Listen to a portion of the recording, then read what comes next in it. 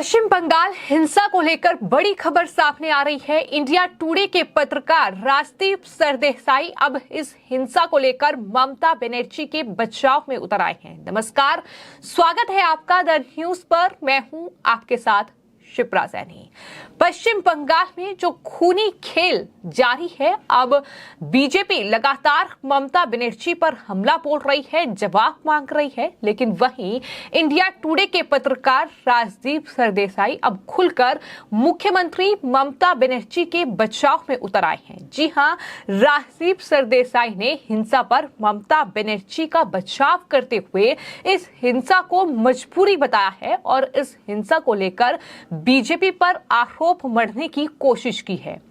ये हर कोई जानता है कि राजदीप सरदेसाई किस तरीके से वक्त वक्त पर ममता बनर्जी का समर्थन करते नजर आए हैं। जब ममता बनर्जी कोई चुनाव जीतती हैं तो राजदीप सरदेसाई उतना ही खुश होते हैं जितना कि टीएमसी पार्टी के कार्यकर्ता।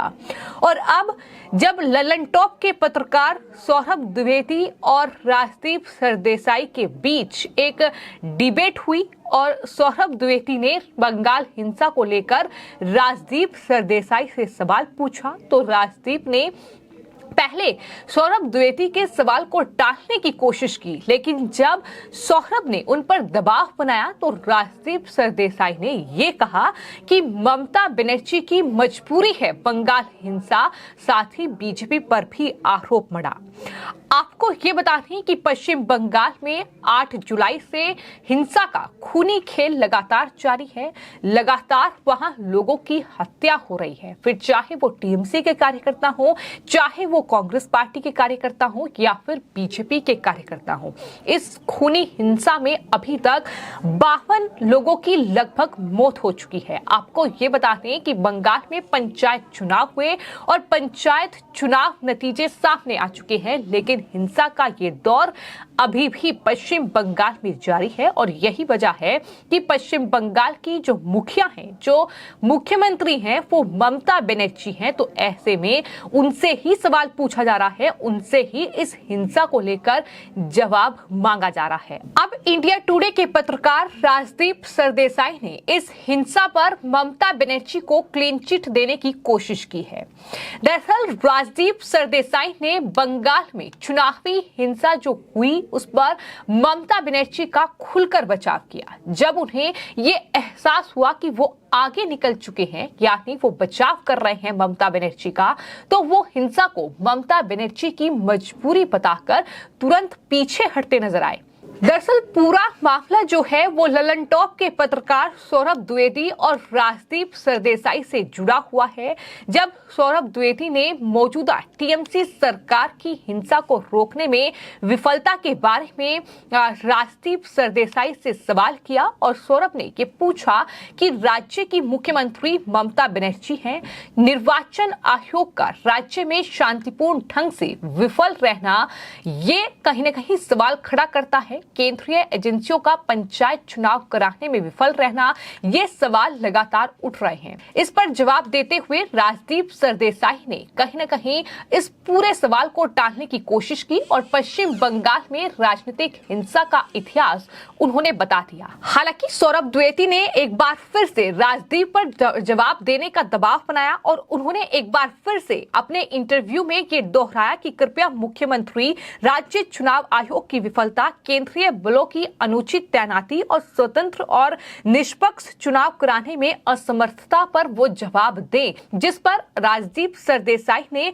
क्रोनोलॉजी और बंगाल की राजनीतिक संस्कृति का मुद्दा उठाकर सवाल से बचने की कोशिश की। यानी कुल मिलाकर राजदीप ने सवाल का जवाब नहीं दिया। उन्होंने ये कहा कि बंगाल में हिंसा जो है उसका तो एक पुराना इतिहास रहा है। हालांकि सौरभ ने यह भी पूछा कि मौजूदा वक्त में मुख्यमंत्री ममता बनर्जी हैं, तो ऐसे में ये जवाब काफी नहीं है कि बंगाल में हिंसा का एक इतिहास रहा है। इसके लिए ममता बनर्जी को उपाय करने चाहिए। इसके लिए ममता बनर्जी को कानून व्यवस्था पश्चिम बंगाल में सुधारनी चाहिए। हालांकि राजदीप ने जवाब देते हुए इस पूरी हिंसा का आरोप बीजेपी पर भी मढ़ने की कोशिश की और उन्होंने ये कहा कि बीजेपी नेता और गृह राज्य मंत्री निशित परमाणिक के निर्वाचन क्षेत्र में हिंसा चरम पर थी। उन्होंने सुझाव दिया कि केंद्रीय बलों की तैनाती के बावजूद परमाणिक के निर्वाचन क्षेत्र में स्थिति को नियंत्रण नहीं किया जा सका। तो कुल मिलाकर जो राजदीप का जवाब था वो साफ तौर पर ये बता रहा था कि किस तरीके से वो टीएमसी के लिए कहीं ना कहीं एक सॉफ्ट कॉर्नर उनके साथ है और ममता बनर्जी के लिए वो कितनी हमदर्दी रखते हैं ये कहीं ना कहीं पहले भी कई मौकों पर देखने को मिला है। जब पश्चिम बंगाल में विधानसभा चुनाव के दौरान हिंसा हुई थी और तब भी राजदीप से ये पूछा गया था कि आखिर हिंसा को लेकर आपने ममता बनर्जी से सवाल क्यों नहीं किया, तो इस पर भी राजदीप ने ये जवाब दिया था कि फिर उन्हें रसगुल्ला नहीं मिल पाएगा।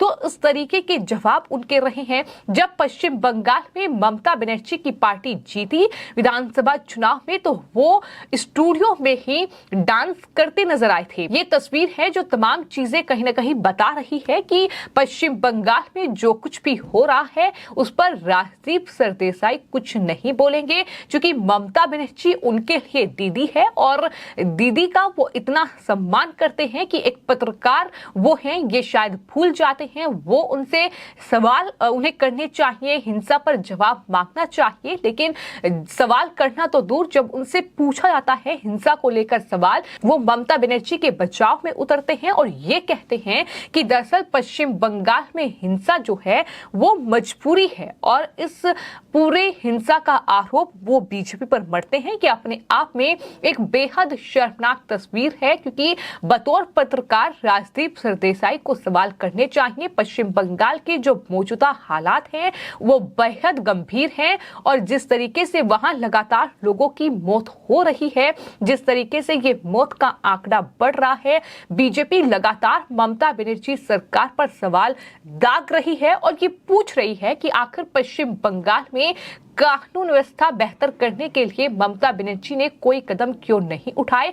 बीजेपी का आरोप यहां तक है कि दरअसल टीएमसी जो है वो पश्चिम बंगाल पुलिस के साथ मिलकर इस तरीके का ये कहीं ना कहीं खूनी खेल जो है वो खेल रही है, क्योंकि पश्चिम बंगाल में ये कोई नई तस्वीर नहीं है। पश्चिम बंगाल में चाहे कोई चुनाव हो या कोई त्योहार हो, इस तरह का खूनी तांडव देखने को मिलता है और पश्चिम बंगाल से काफी हैरान करने वाली तस्वीरें पिछले कुछ दिनों में सामने आई है, जहां पश्चिम बंगाल में पंचायत चुनाव में ये हिंसा भड़की है। हालांकि चुनाव ममता बनर्जी ने ही जीता है, बावजूद इसके वो कहीं ना कहीं बीजेपी का पश्चिम बंगाल में जो वर्चस्व बढ़ रहा है उससे कहीं ना कहीं घबराई हुई है और इस तरीके से हिंसा करके वहां वोटर्स को डराने और धमकाने की कोशिश हमेशा से होती रही है। पश्चिम बंगाल में राष्ट्रपति शासन लगाया जाए, जिस तरीके के हालात बने हुए हैं ये मांग भी लगातार हो रही है और ये भी खबर है कि केंद्रीय गृह मंत्री अमित शाह जो है वो अगस्त में पश्चिम बंगाल का दौरा करेंगे, क्योंकि राज्य में हालात जो है वो लगातार गंभीर बन रहे हैं। लेकिन सवाल तो ये है कि पत्रकार राजदीप सरदेसाई जो कि सरकार के खिलाफ एजेंडा चलाने में कभी पीछे नहीं रहते, लेकिन वहीं ममता बनर्जी से भी वो कभी कोई सवाल नहीं करते हैं और एक बार फिर से पत्रकार राजदीप सरदेसाई की पोल कहीं ना कहीं उनके ही जो सहयोगी चैनल है ललन टॉप में सौरभ द्विवेदी के साथ जो उनकी बहस हुई है पश्चिम बंगाल हिंसा को लेकर, उसमें कहीं ना कहीं राजदीप सरदेसाई एक बार फिर से बेनकाब होते नजर आए हैं। फिलहाल आपकी इस पूरे मामले पर क्या कुछ राय है हमें कमेंट बॉक्स में जरूर लिखें और चैनल को सब्सक्राइब करें। धन्यवाद।